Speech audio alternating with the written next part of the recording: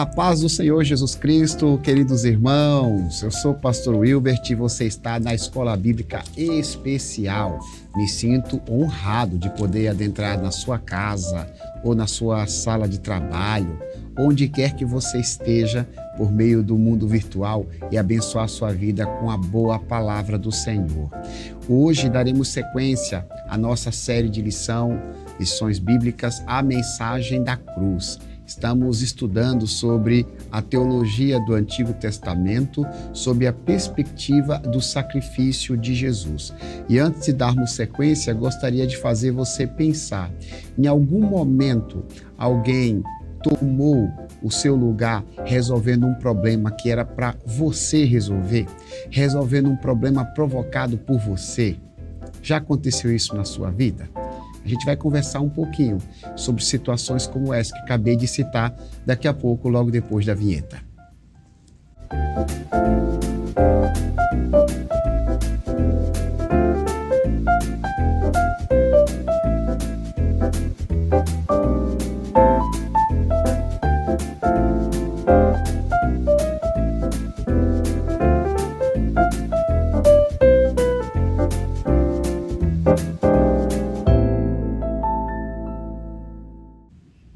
Seja bem-vindo de volta, meu irmão. Você é sempre bem-vindo, promessista e não promessista. Esta programação é para você. Daremos sequência aqui ao nosso pensamento teológico. Estamos estudando na Escola Bíblica Especial de hoje a lição de número 5, cujo tema é o substituto perfeito. Como eu disse na introdução, eu volto a reiterar a pergunta. Em algum momento, alguém já resolveu um problema provocado por você?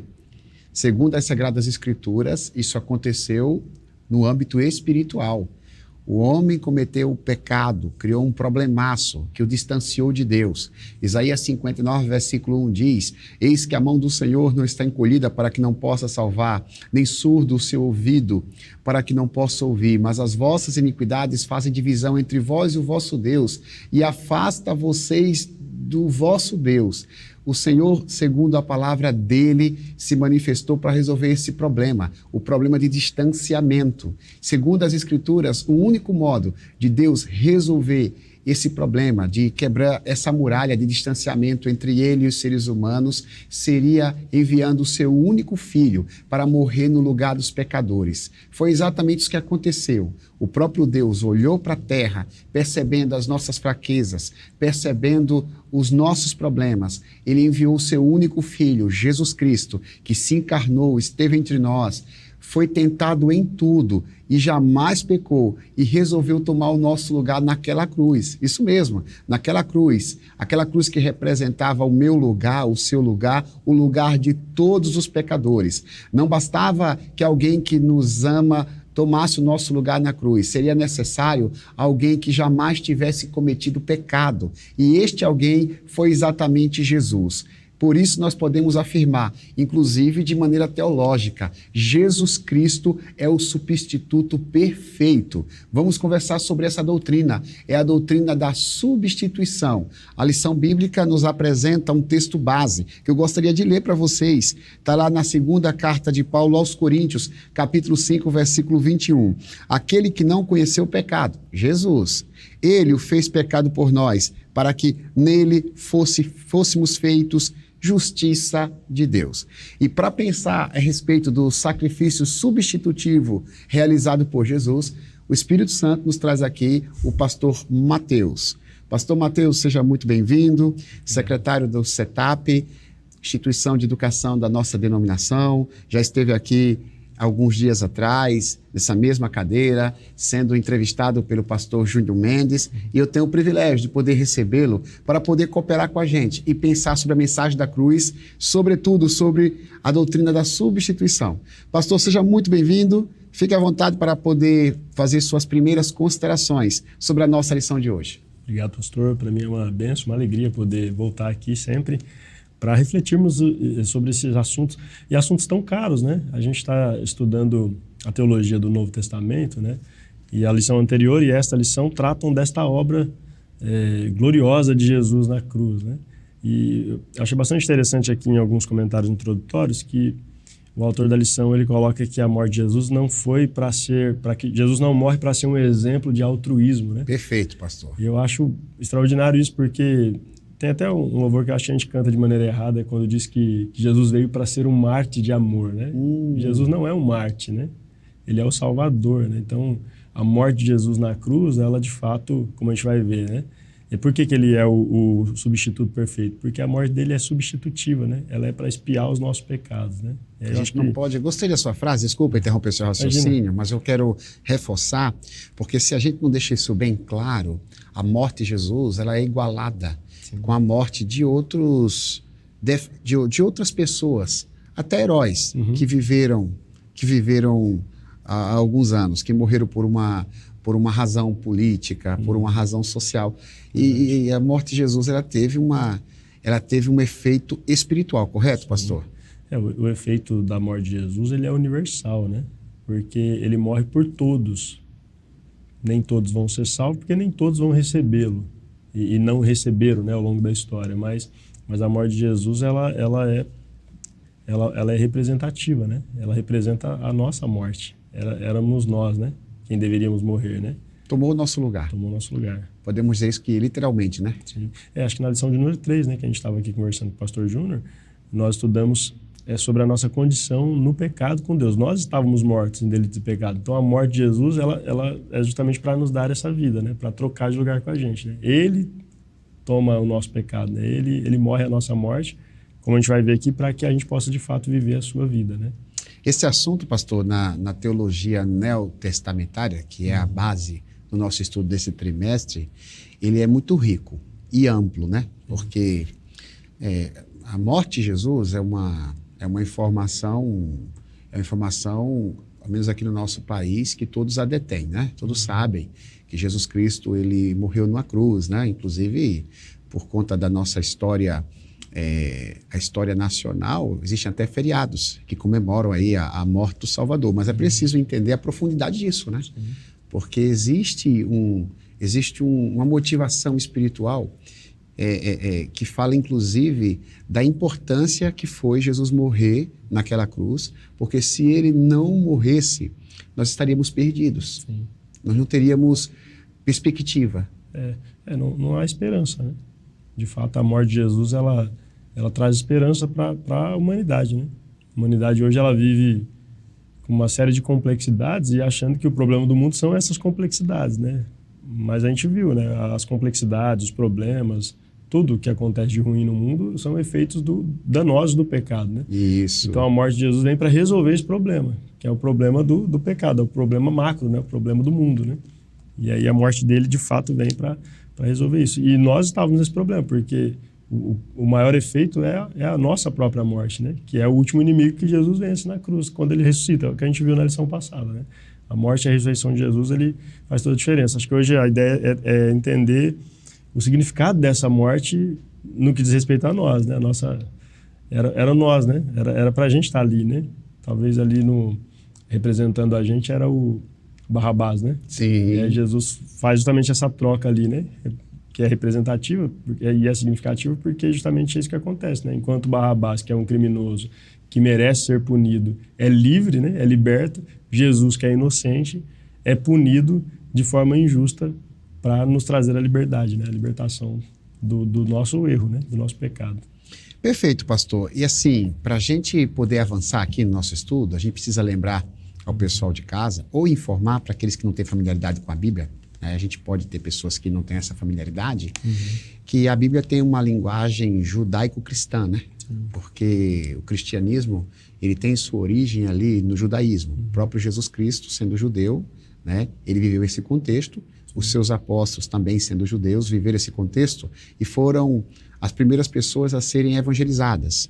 E assim, como houve uma manifestação de Deus, primeiramente, ao povo de Israel no Antigo Testamento, a manifestação do Messias, né, para todo mundo, ela parte de um contexto judaico. Sim. E existe na Bíblia uma linguagem também que está relacionada às cerimônias judaicas, que tem a ver com o assunto de hoje, tem a ver com a revelação do Filho de Deus, que precisam ser destrinchadas para que o pessoal de casa entenda.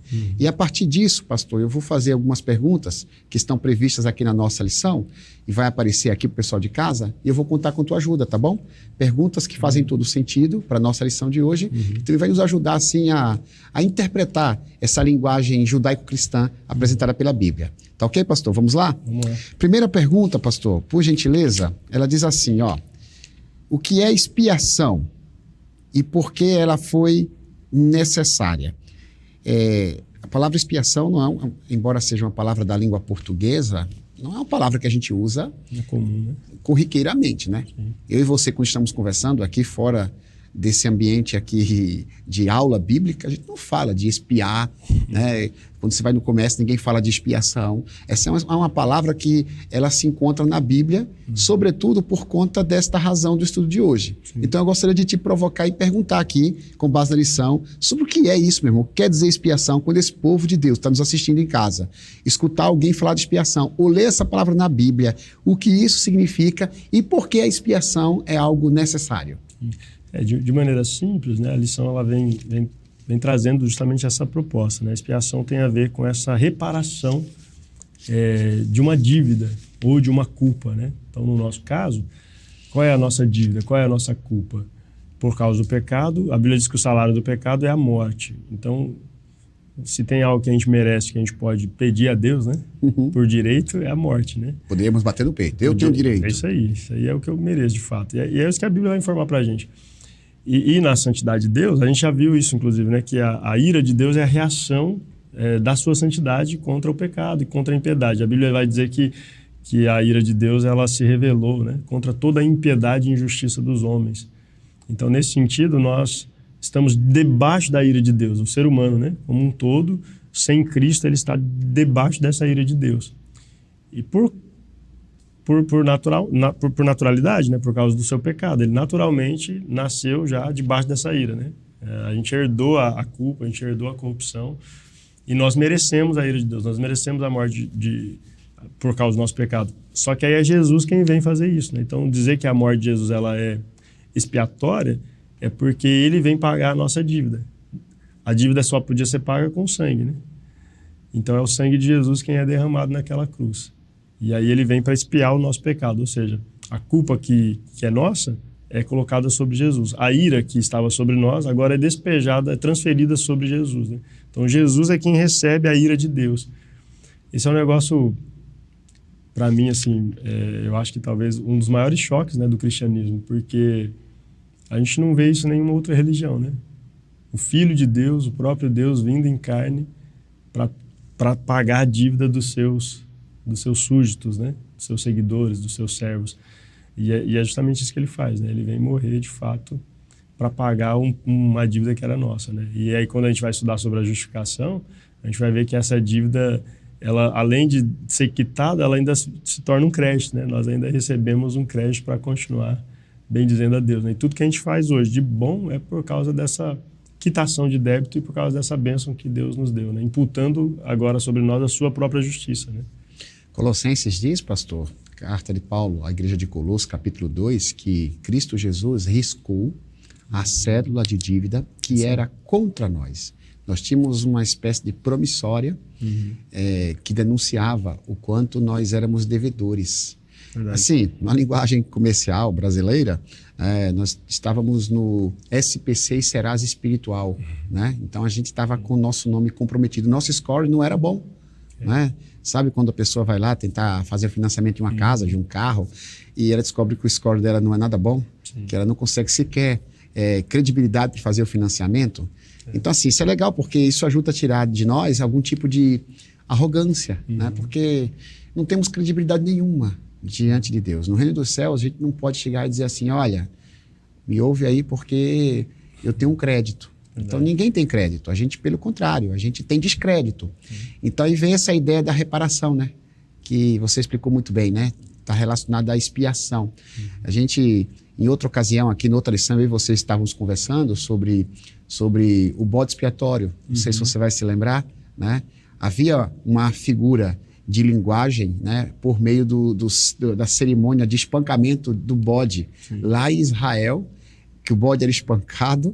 Então, aquele bode expiatório, ele recebia a culpa dos pecados do povo. Sim. E aquele bode, assim como outros animais que sofriam algum tipo de espancamento e violência, eram símbolos do que Jesus viria a sofrer. Verdade. Porque Jesus Cristo seria a pessoa que iria nos substituir. Substitui a gente para sofrer, né? Sim. Via de regra tem na nossa vida secular, quando olha para a profissão e outros lugares, algumas pessoas querem substituir o outro para poderem subirem de patamar.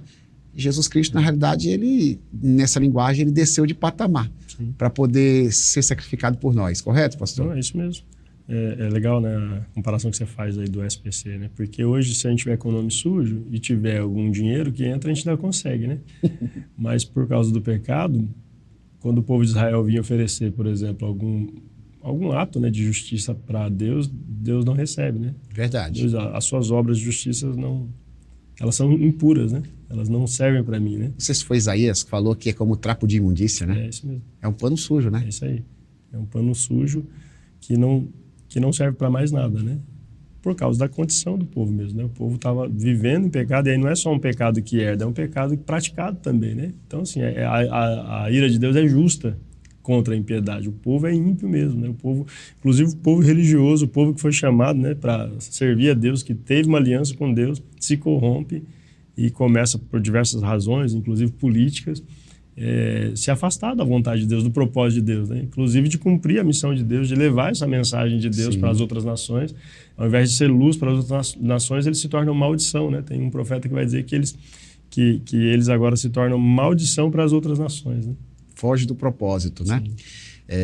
Fico imaginando, Mateus, a gente aqui, você falando, a gente tenta entender, né? Deus quer o melhor para nós, aí nós nos apresentamos diante de Deus assim, aí Deus pergunta para a gente, o que é que vocês têm a me oferecer? A gente tem nossas obras. A Bíblia diz que suas obras são como trapos de imundícia, ou seja, vocês são pecadores. Então não temos direito a nada de bom da parte do Senhor. Mas aí vem Jesus e oferece a vida dele.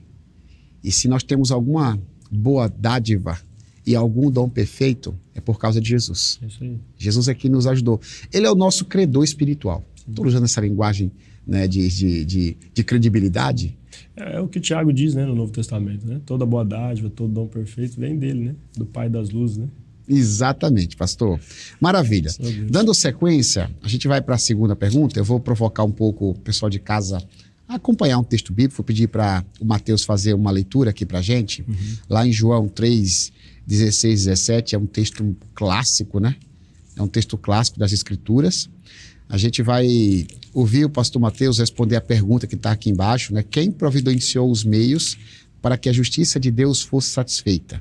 Fale sobre os benefícios da obra expiatória de Jesus na cruz. Pastor, por favor, lê para a gente João 3, 16, 17 e depois nos ajuda a responder a questão. O texto diz assim, olha, porque Deus tanto amou o mundo que deu seu Filho unigênito para que todo aquele que nele crer não pereça, mas tenha a vida eterna. Pois Deus enviou o seu Filho ao mundo, não para condenar o mundo, mas para que este fosse salvo por meio dele. Acho que o maior benefício de todos é esse, né? É justamente a libertação do nosso pecado. E agora, o que é certo aqui é que nós pereceríamos, né? E agora, em Cristo, nós temos a oportunidade de viver novamente, né? Então, quando a gente pensa na expiação, é justamente isso, né? Ele paga a nossa dívida, ele repara, né, o nosso erro diante de Deus. E ele está dizendo que agora o Filho de Deus é enviado para morrer pelo pecado de todos os seres humanos, né? Deus enviou Jesus para morrer por todos, né? Para todo aquele que nele crê, né? Então Deus é quem toma as rédeas e ele dá ele manifesta a providência, né? Isso, quem vem, né, em direção ao ser humano, não há nada, né? Até porque a gente não tem condição, né? Até brincava aqui com o pastor Júnior, né? A gente não tem, por estar morto, a gente não tem condição de ir atrás de remédio, né, para a nossa ferida.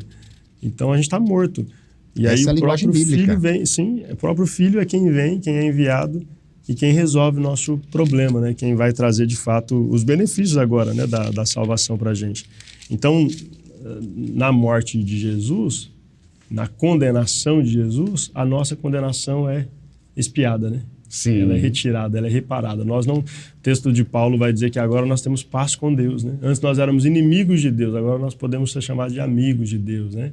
A gente tem paz com Deus e essa paz aqui é diferente da paz que a gente tem, por exemplo, quando a gente está passando por alguma situação difícil, né? Que aí quando nós oramos, Filipenses diz que a paz de Deus, que excede todo entendimento, guarda a nossa mente, guarda o nosso coração. Mas a paz com Deus é aquela que ela traz de volta, né? A gente é reconciliado com Deus, né? Nós estávamos afastados e agora nós somos reconciliados, aproximados ao Senhor nosso Deus. E aí Paulo vai dizer aos Romanos que agora, para aqueles que estão em Cristo Jesus, não existe mais nenhuma condenação, né? Nenhuma condenação há para os que estão em Cristo, para os que permanecem em Cristo, né? Aqueles que creem, né, de fato, no Filho de Deus. Isso é uma dádiva extraordinária, né? Que não tem preço, né? E não poderia ser pago, né, por preço humano aqui, né? E assim, e na Bíblia, pastor, Deus até tentou encontrar alguém na terra que pudesse pagar esse preço. Está lá em Romanos 3, versículo 10, né? Que Deus olhou para a terra e viu que não havia um justo sequer. Então a impressão que nós temos, né, assim, que Deus, assim, ele olhou em toda a história, tentando encontrar alguém que pudesse resolver esse problema, descascar esse abacaxi. Mas nenhum dos profetas, nenhum homem ou mulher de Deus, por melhor pessoa que tenha sido, era suficientemente boa para poder tomar o lugar dos pecadores. Verdade. Assim, uma pessoa não poderia morrer por si própria. Eu, Wilbert, não conseguiria morrer por mim mesmo. Mateus, por si mesmo, não conseguiria resolver o seu problema morrendo. Então, a nossa morte, na realidade, ela não seria um pagamento, porque a gente continuaria sendo pecador mesmo depois de morrer. Precisava ser alguém puro. Até nessa linguagem judaico-cristã, no Antigo Testamento, nas cerimônias, o cordeiro, quando era imolado, ele tinha que ser um cordeiro perfeito. Ele não podia ser um cordeiro manco, com uma mancha, porque precisava representar Jesus. Sim. Como diz João 1,29, palavras de João Batista. Está aí o Cordeiro de Deus que tira o pecado do mundo. Nessa linha, né, pastor? É isso mesmo. Talvez, né? Talvez não há, né? A gente vê isso nas próprias discussões de Jesus ali com alguns líderes judeus, né? Mas é possível que a gente tenha algumas pessoas que se achem autossuficientes, né? Ou que entendam que podem salvar a si mesmo, ou que não precisam da salvação, e talvez até questionem, né? Por que Deus precisou vir, né? É justamente isso que você falou. Ele olha, né? A linguagem é essa. Ele olha e vê que não tem ninguém, né? Ninguém capaz, ninguém é autossuficiente, né? Porque todos já nascem corrompidos e inclinados para o mal, né? Até quando vai fazer algo de bom, precisa depender de Deus para fazer, né? Quando é bom, vem de Deus, né? Sim. Quando é mal, vem da gente. Quando é bom, vem de Deus. Então, não temos o que discutir. Pastor, tem um texto aqui na primeira carta de Pedro que conviveu com Jesus, assim, e ele pôde entender, assim, melhor do que a gente, esse sacrifício substitutivo. Eu vou ler aqui na primeira carta de Pedro 3, versículo 18, que diz assim, ó: pois também Cristo sofreu pelos pecados uma vez por todas. Eu acho muito bacana essa frase agora. O justo pelos injustos, para conduzir-nos a Deus. Cristo Jesus morreu uma vez pelos pecados. A morte de Jesus teve uma razão. Foi por causa dos pecados. Sim. Precisava que alguém inocente morresse e o seu sangue pagasse os pecados dos homens. E o texto aqui de Pedro, ele nos ajuda a entender a doutrina do sacrifício substitutivo. O justo pelos injustos. Sim. Aquela cruz era nossa. Nós deveríamos estar lá. Diante dessa leitura, pastor, dessa abordagem, só para ajudar o pessoal de casa aqui na didática da lição, você concorda que Jesus nos substituiu como ofertante perfeito? Porque Deus não aceitou o sacrifício de outro ser humano? Acredito que a gente já fez uma análise disso, mas vamos reforçar um pouquinho mais com tua, eu acho que tua fala. A questão aí é justamente Jesus é o único que a gente pode chamar de impecável, né? Sim, a impecabilidade de Cristo, isso, né? Ele não tinha pecado, não comete pecado. Ele é tentado, diz o texto, né? Em todo tipo de pecado, né? O autor dos Hebreus diz que ele foi tentado com toda a sorte de pecado, né? De tentação. Ele sofre tudo que um ser humano sofre, né? Só que sem pecar. Por quê? Primeiro, ele já não tem essa natureza corrompida, né? Que o ser humano tem, né? Que naturalmente está em pecado. E o sacrifício do ser humano, ele não pode ser aceito. Talvez lá no Antigo Testamento ele era aceito provisoriamente, né? Sim. Mas representando justamente o sacrifício perfeito, né? Se Jesus não tivesse morrido, toda aquela matança de animais seria em vão. Continuaria, exatamente. Ou continuaria até agora, né? Sim. Porque ela precisava ser repetida, né? Mas sem a completude Sim. da proposta, né? Nunca teria o efeito de Jesus, né? Do sacrifício de Jesus. E acho que é isso mesmo, né? Quando Jesus vem, é um sacrifício de Deus, né? Não é um negócio que é prazeroso, né? Apesar do termo lá do Antigo Testamento dizer que Deus se agrada, né? Mas se agrada por quê? Porque satisfaz, né? É o único sacrifício que pode satisfazer a justiça divina, né? Que pode aplacar a ira divina. Então é nesse sentido aqui, né? Só Jesus tem, de fato, condições de ser considerado o sacrifício perfeito, né? O substituto perfeito. Porque não tem ninguém, né? Como você falou, né? Não tem um justo sequer, diz a Bíblia, né? Não há ninguém que faça o bem, né?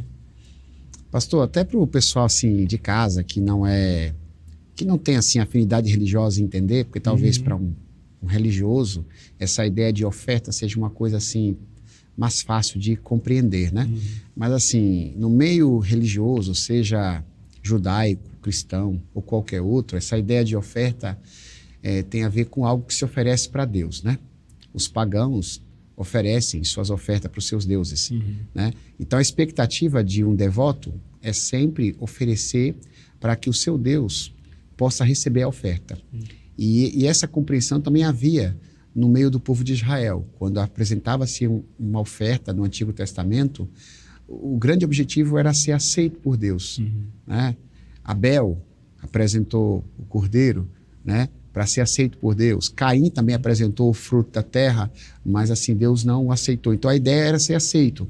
Então nesse sentido, a Bíblia fala que Cristo é a oferta perfeita, porque ele seria a única oferta que Deus aceitaria para não ter que condenar a humanidade. Sim. Então acho que é importante a gente deixar isso bem claro, porque talvez para quem não tem afinidade religiosa, essa ideia de oferta ela não faça muito sentido.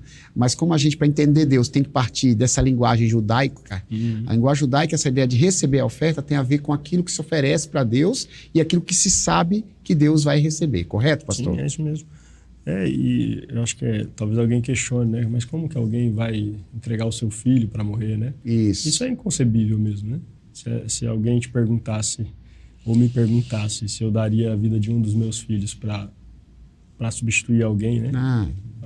Algum criminoso, né? Acho que até nossa vida mesmo a gente não dá, né, pastor? Não dá.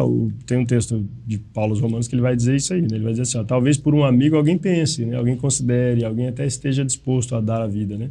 Mas Deus dá prova do seu amor por nós quando nós ainda somos pecadores, né? Isso mesmo. Mas essa é a forma que Deus justamente encontra para se identificar com a gente, né? E essa linguagem do sacrifício, ela sempre fez sentido ao longo das eras, né?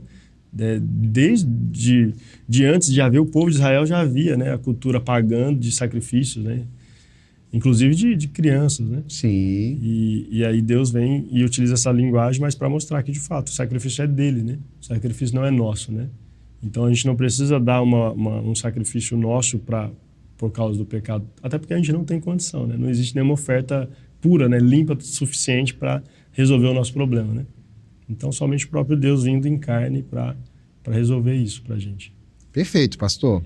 Abre para a gente, pastor Mateus, por gentileza, Hebreus, capítulo 4, versículo 14 e 15. Eu falei para vocês de casa que para entendermos assim, a mensagem da cruz sob a óptica do Novo Testamento, a gente precisa interpretar algumas figuras do Antigo Testamento, algumas figuras judaicas. E na fé judaica, Deus havia instituído o sacerdócio, que era o trabalho realizado pelos líderes espirituais do povo de Israel.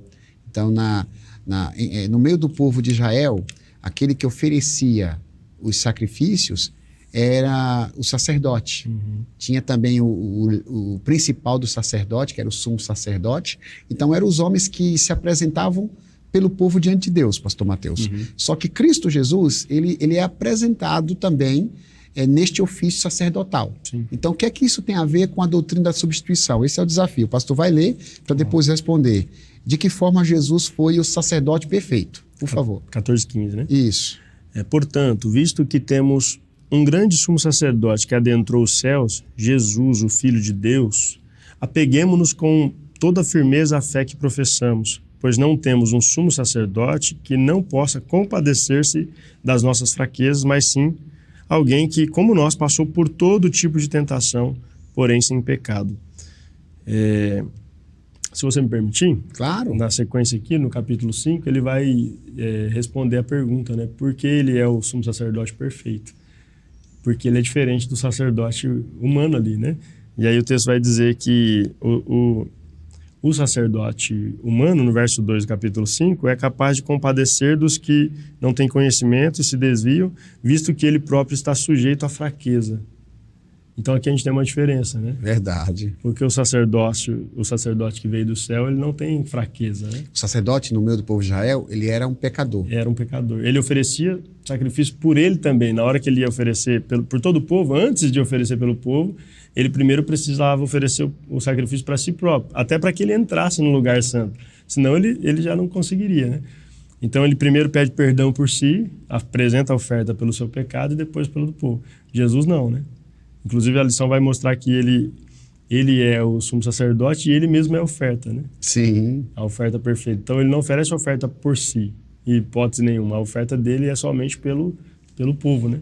E na Bíblia, pastor, Deus perdoava o povo por meio desta oferta apresentada pelo sacerdote, sumo sacerdote do Antigo Testamento. Então, se Deus perdoava o povo através do ofício sacerdotal de um pecador, quanto mais Deus nos perdoará por meio do ofício sacerdotal de Jesus Cristo, né? Isso aí. Porque ele é o sumo sacerdote perfeito. Sim. Sem dúvida. Ele não tem necessidade de oferecer sacrifício para si, né?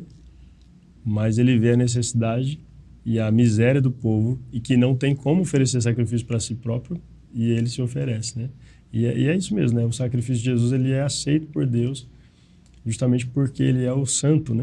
A Bíblia diz que ele é o santo, né? No singular, né? Com letra maiúscula, né? Ele Perfeito.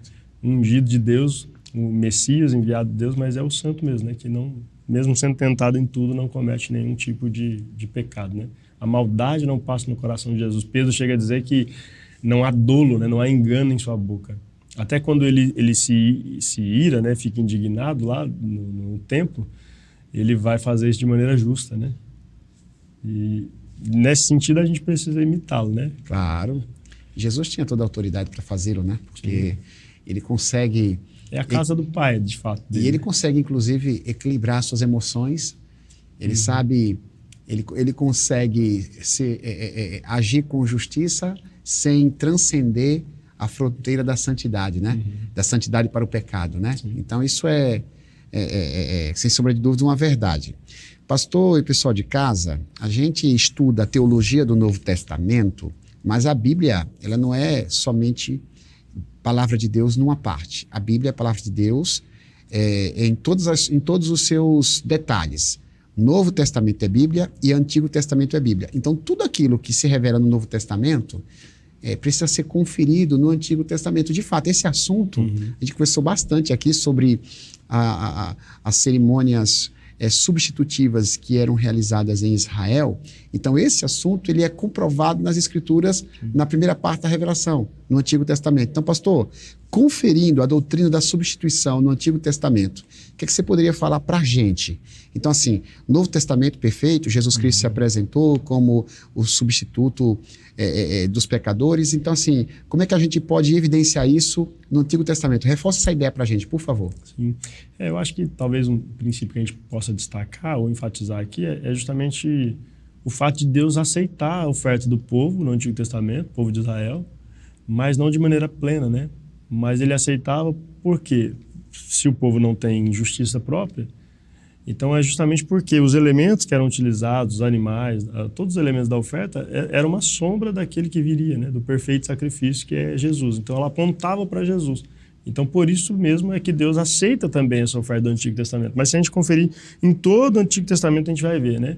A mediação, a confissão dos pecados, havia uma vítima, né, que é o animal ali, né, o sangue do animal que era oferecido, mas tudo isso estava apontando para o sacrifício de Jesus, né? Ele é, de fato, agora o Cordeiro de Deus, né, que tira o pecado do mundo. Ele tem essa linguagem do Cordeiro justamente por causa dos animais do Antigo Testamento, né?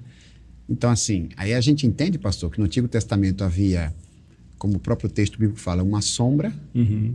Então, enquanto o Messias não aparecia, matava-se animais.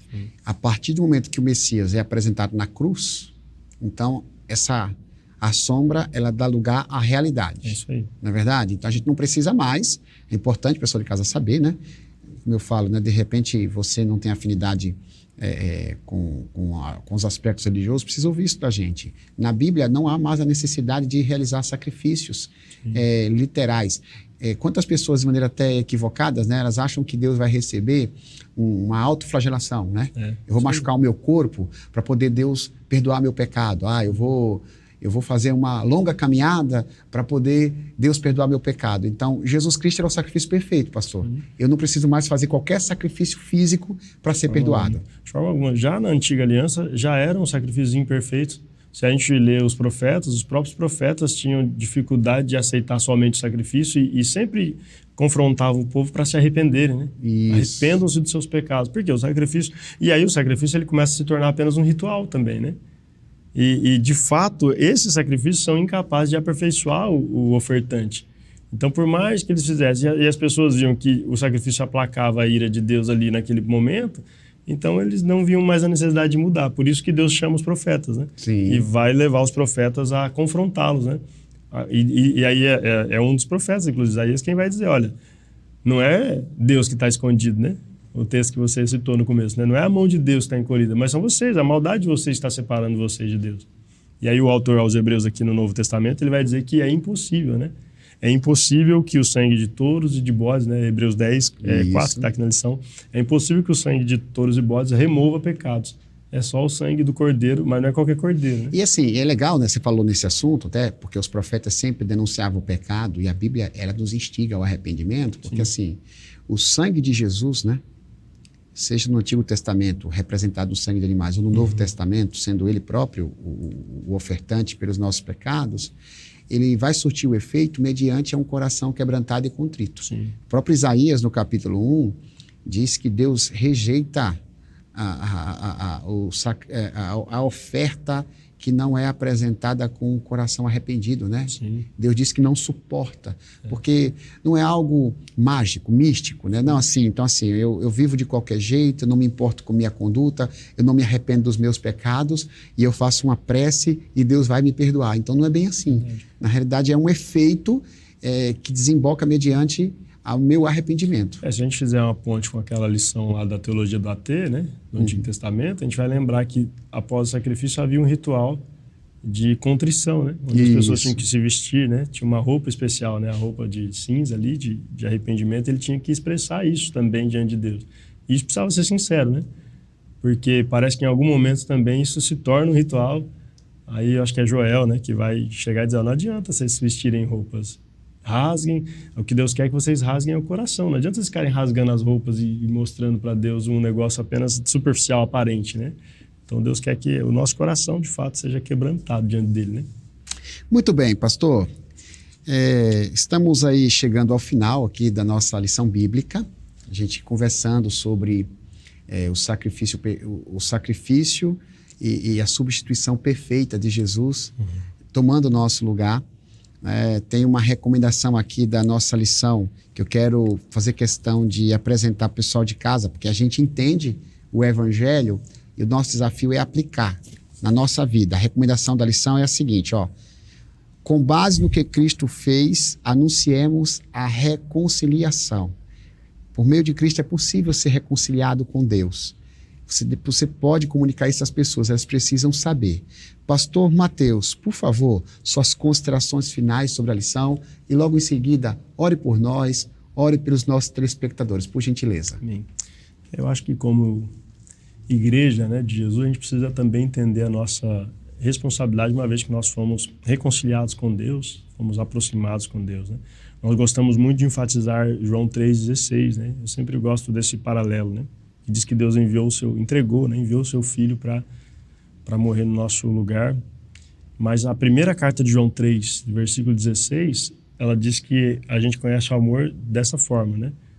Em que Deus, de fato, morreu, né, pelos nossos pecados, mas em que nós também entregamos a nossa própria vida, né, em favor do nosso irmão. Então, nesse sentido, é que a Bíblia vai dizer para nós que agora nós temos o ministério da reconciliação, né? Nós somos chamados também para anunciar essa reconciliação em Jesus Cristo. Nesse texto é que Paulo vai dizer que nós somos embaixadores de Cristo, ou seja, nós estamos aqui para representá-lo. Então, a maneira que nós vivemos em comunhão com Deus e uns com os outros, isso também precisa ser estendido para os pecadores, entre aspas aqui, né? Mas aqueles que estão afastados de nós, né? Porque a gente gosta de fazer isso também, né? Sempre nós e eles, né? Mas se a gente olhar antes de Cristo, todos nós somos pecadores, né? E perdidos. E aí Jesus vem para nos redimir. A diferença é que nós já fomos alcançados, né? E precisamos levar essa mensagem da reconciliação para que as outras pessoas também sejam alcançadas, também sejam parte desta bênção, né? Amém, pastor. Por favor, pastor, nos abençoe, ore por nós, porque muita gente precisando das nossas orações, por gentileza. Vamos orar. Querido Deus e amado Pai, nós te glorificamos, Senhor, pelo teu sacrifício, pela expiação na cruz do Calvário, pela sua morte substitutiva. De fato, o Senhor demonstrou ali a perfeição. E nós te louvamos porque éramos incapazes, imperfeitos como somos, jamais teríamos condições de oferecer algo em troca do nosso pecado. Mas o Senhor mesmo veio para resolver esse problema. E agora eu te louvo, mas peço também a tua força, Senhor, para que nós possamos olhar para a nossa miséria e confiar na sua graça, Senhor. Tua graça é melhor do que a própria vida e ajude a gente a permanecer nela. Se tiver alguém agora ouvindo a gente lutando contra um pecado ou não conseguem se perdoar, que eles depositem de fato agora, Senhor, diante de Ti. Tu és o sacrifício perfeito e em Ti nós temos a redenção plena dos nossos pecados. O Senhor morre numa cruz para perdoar todos os nossos pecados, do passado, do presente, do futuro, e por isso nós confiamos em Ti. Eu peço a Tua bênção e peço que o Senhor nos use para levarmos a mensagem da reconciliação para todos aqueles que estão à nossa volta, em nome de Jesus. Obrigado, meu Deus. Amém. Amém, pastor. Amém. Companheiro, meu amigo, obrigado, viu? Deus. Se Deus quiser, daqui uns dias estará aqui novamente, Amém. conversando conosco. Deus abençoe seu ministério. Amém.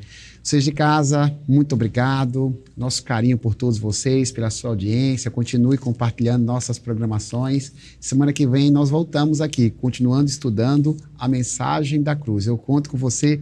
Deus abençoe.